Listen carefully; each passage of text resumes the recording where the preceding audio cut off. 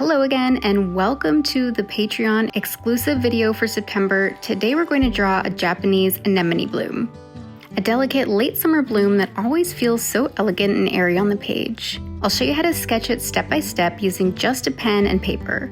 So grab your supplies and let's get started. I'm using my go-to pen, a Sakura Micron in size 02, and I'm drawing on some Canson mixed media paper which has a nice bit of texture to it. When I draw, I try to capture the overall shape and feel of the flower rather than focusing on perfect details. I'm not going to sketch in pencil first, but if you feel more comfortable starting with one, of course feel free. Just use a light touch so the lines are easier to erase later. Start with some tiny, long oval shapes in the center of your page that form a ring. This will be the stamen. Keep the ovals on slightly different angles and different sizes. I'm filling in the general shape of the ring, then adding extra ovals in any spots that look a bit sparse.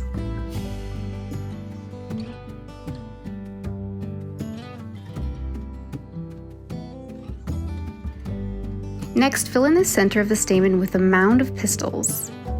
I want it to look rounded or domed, so I'm adding small circles and curved marks close together around the edges, denser at the edges and lighter toward the middle, leaving the very center white.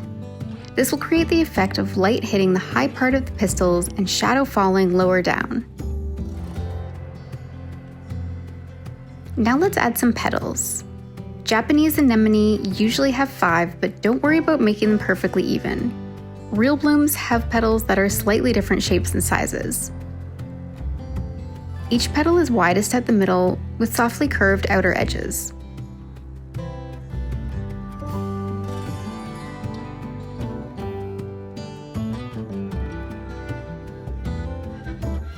I'm going to add a second bloom, this time on a side view. I've drawn a gently curved line as a guide for the base of the flower, and because the bloom is angled away, we won't see every part of the petals. Just the tip of the center petal, some thin side petals, and one fuller petal behind the stamen. Draw the petals first so that they overlap the stamen, then we're going to add the oval stamen marks peeking out in different directions just like we did in the first step.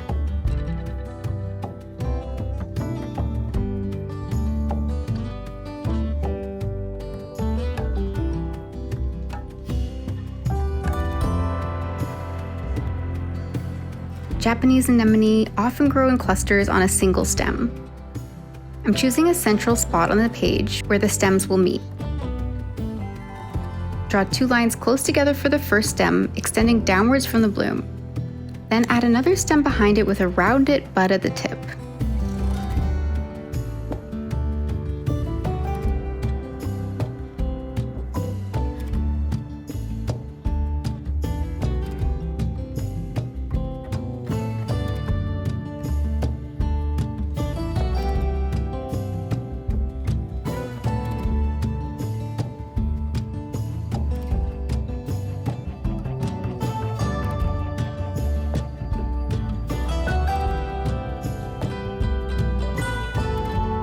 Add a second bud on the opposite side, hanging down slightly.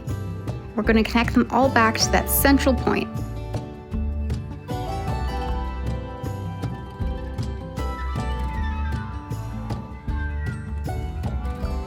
At the base of the spot, add a few small leaves. They're jagged and slightly pointed, so draw 2 sharp edges that come together into a tip. Add 1 or 2 more leaves with a curved inner line and a jagged outer edge so they look slightly folded. Finally, extend 1 long stem downward from this cluster of leaves, and we're done our outline. Now for the detail lines. On the petals, keep most of your shading near the base where the petal curves behind the stamen, adding a few lines outward to show texture. I want the petals to appear curved, so I'm adding in light lines extending outward from the center of the flower, mostly concentrated to where the petal fall in behind the stamen. Some lines can extend outwards, but keep the bulk of them at the center. I've also added a few lines under the fold in the top petal to create some depth. Let's repeat this on the rest of the petals. Remember to keep your touch light while you draw. This will make the lines ever so slightly thinner and add contrast to the outer lines.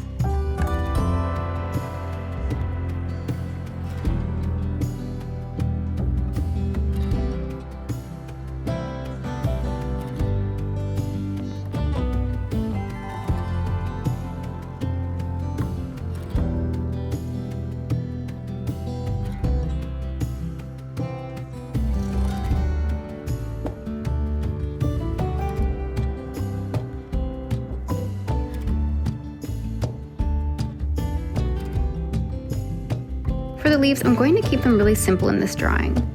I'm going to draw some quick, light lines extending up and away from the bottom edges of the two top leaves, as well as along the jagged center line toward the top line to make it look like there's a shadow falling behind this curved part of the leaf.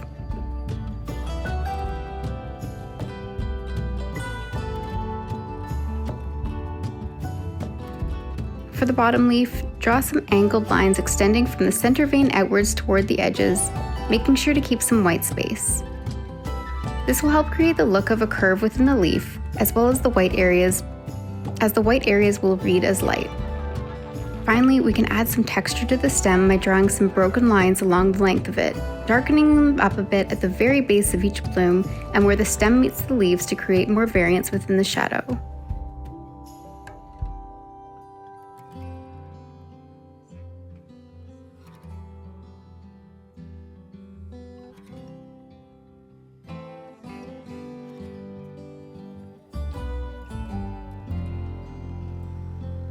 And there you have it, a simple Japanese anemone that you can add to your sketchbook.